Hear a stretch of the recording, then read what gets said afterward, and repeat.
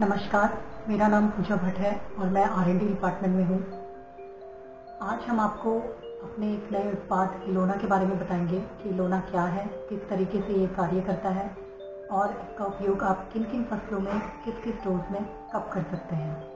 तो चलिए जानते हैं इलोना के बारे में। सबसे पहले मैं आपको बता दूं कि इलोना एक बेहतरीन फफूंदीनाशक है जिसका प्रयोग आप विभिन्न फसलों में कर सकते हैं। इसमें जो टेक्निकल है वो क्रिजॉक्सिन मिथाइल 44.3% ऐसी है। इसके पैक साइज जो हमारे पास अवेलेबल हैं वो 100, 250, 500 और 1000 ml के पैक साइज इसमें आपको मिल जाएंगे। इसका जो ट्रायंगल कलर है यानी कि त्रिकोणीय रंग जो है वो हरा है, यानी कि ये पूरे वातावरण के लिए पूर्णतया सुरक्षित है। अब हम इसकी विशेषताओं के बारे में चर्चा करेंगे कि इसकी क्या विशेषताएं हैं। सबसे पहली विशेषता जो इसकी है वो यह है कि ये ब्रॉड स्पेक्ट्रम फफूंदीनाशक है। इसका मतलब ये है कि ये सभी वर्ग के फफूंद में बेहतरीन नियंत्रण देता है। दूसरा जो इसका पॉइंट है वो ये है कि ये मीजोस्टमिक फफूंदीनाशक है। मतलब जब आप इसका छिड़काव करते हो तो ये पत्तियों में एक कोटिंग बना लेता है। कोटिंग बनाने के बाद जो रोगजनित फफूंद वातावरण में उपस्थित होते हैं या ये जो है इस पत्तियों पर आक्रमण नहीं कर पाते हैं क्योंकि ये बैरियर की तरह कार्य करता है। तीसरा जो इसका गुण है वो ये है कि इसका अच्छा फाइटोटॉनिक इफेक्ट आपको देखने को मिलता है। ये पौधे को हरा भरा और स्वस्थ बना देता है। चौथा जो इसका गुण है ये पौधों में तेजी से अवशोषित होकर पौधों के सभी भागों में स्थानांतरित होता है और जो रोगजनित फफूंद होते हैं उसके बीजाणुओं को ये अंकुरित नहीं होने देता है और उसका फैलना भी ये पूरी तरीके से बंद कर देता है।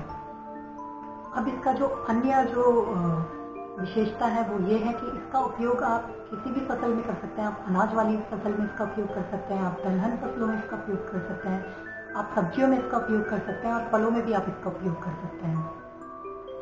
इसमें अच्छी रेन फास्टनेस है।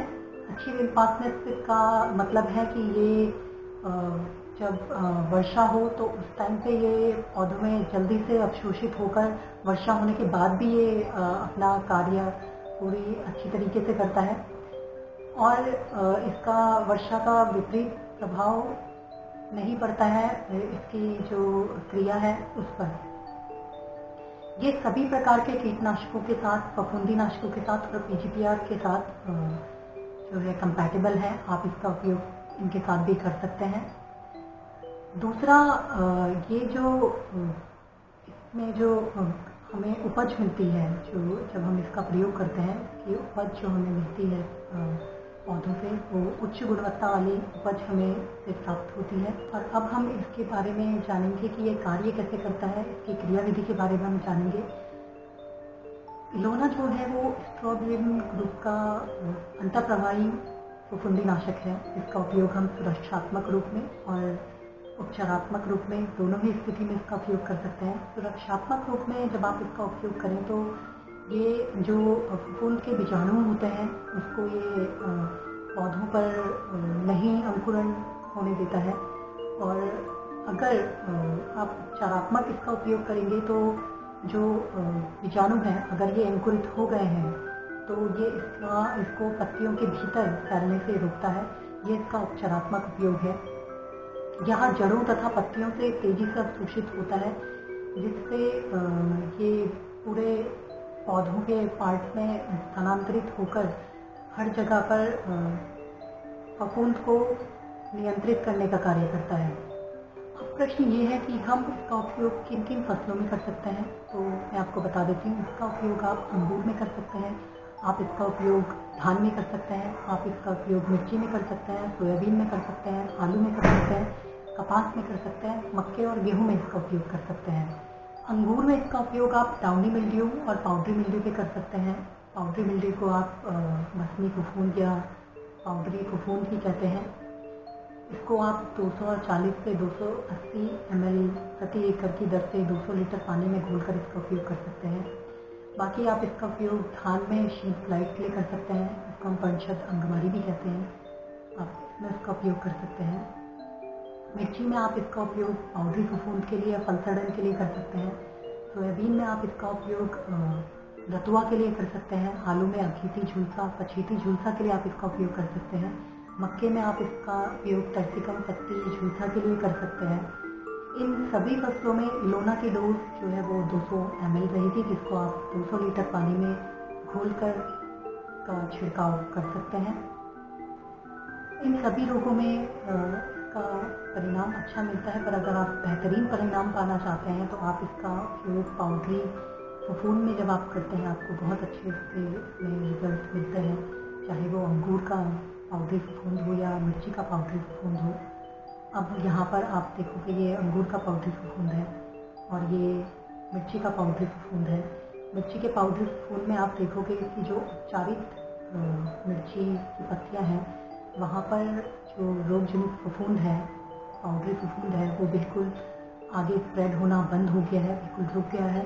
वहीं आप अनुपचारित में देखोगे तो अनुपचारित में आपको 70 से 80% रोग आगे फैलता हुआ दिखाई दे रहा है। इसलिए ये बहुत आवश्यक है कि आप सही समय पर इस फफूंदीनाशक का उपयोग करें।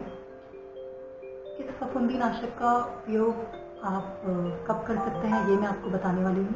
अंगूर में इसका उपयोग आप 3 चरणों में कर सकते हैं। पहला छिड़काव आप 20 से 30 दिन बाद कीजिए प्रूनिंग के, और दूसरा छिड़काव आप 30 से 45 दिन बाद कीजिए प्रूनिंग के, और तीसरा छिड़काव आपको 55 से 70 दिन के बाद करना चाहिए।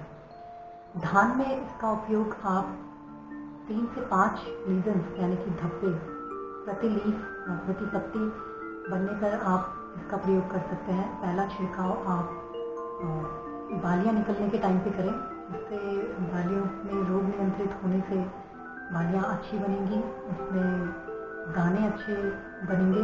और दूसरा छिड़काव जो आप करें वो दाने बनने के समय करें, जिससे चाके ग्रेन्स की जो दिक्कत होती है वो नहीं होगी और आपके जो दाने हैं वो बहुत ही चमकदार आपको दाने इसमें मिलेंगे। और मिर्ची में आपको इसका उपयोग फ्लावरिंग के टाइम पे यानी कि पुष्पन टाइम पे करना चाहिए, और दूसरा फल बनने के समय आप इसका उपयोग मिर्ची में कर सकते हैं। अन्य सभी फसलों में इसका उपयोग करने के लिए आपको सुरक्षात्मक उपयोग आपको इसका करना चाहिए। सुरक्षात्मक उपयोग यानी रोग लगने से पहले, और जब लगना शुरू ही हुआ हो तब आप इसका उपयोग कर सकते हैं। अब कुछ बातें ध्यान देने योग्य हैं, जैसे पहला छिड़काव करने के बाद दूसरा छिड़काव जो करें वो अगर डिजीज़ बहुत ज़्यादा है तो आप 14 दिन का अंतराल उसमें रखें, और अगर डिजीज़ की इंटेंसिटी इतनी ज़्यादा नहीं है तो आप इसका छिड़काव 21 दिन के अंतराल पे भी कर सकते हैं। तो आप दूसरा छिड़काव आप कर सकते हैं वो 21 दिन के अंतराल पे भी कर सकते हैं। अब इसको इस्तेमाल करने के लिए प्रति सीजन आप 4 से ज़्यादा स्प्रे ना करें, और अगर आप जब स्प्रे कर रहे हैं तो लगातार 2 स्प्रे करने के बाद आप तीसरा स्प्रे किसी अन्य टेक्निकल का दीजिए, चौथा स्प्रे किसी अन्य टेक्निकल का दीजिए। इस तरीके से जो रोग प्रतिरोधक क्षमता है फफूंद की वो इसमें बिल्डअप नहीं होगी, तो इस तरीके से ये प्रभावी नियंत्रण भी फफूंद पे करेगा। अब इसको इस्तेमाल करने के समय कुछ ध्यान देने योग्य बातें हैं, जैसे आपको एक समान छिड़काव पौधों पर सुनिश्चित करना है। दूसरा, पानी की प्रॉपर निर्देशित मात्रा आपको प्रयोग में लानी है, जिससे कि पूरा पौधा अच्छे से कवर हो जाए और आपके फफूंद जो है वो आगे स्प्रेड होना बंद हो जाए। आप हॉलोकॉन नोजल का इसमें इस्तेमाल कीजिए, और जब आप घोल बनाएं तो ये अवश्य ध्यान दें कि घोल को ज़्यादा लंबे समय तक ऐसे ही ना छोड़ें, आप उसको प्रॉपर हिलाते रहें। इससे जो फफूंद नाशक है इलोना, उसकी एफिकेसी आपको अच्छी मिलेगी। आशा करती हूँ कि आपको ये सारी जानकारी इलोना के बारे में लाभजनक लगेंगी।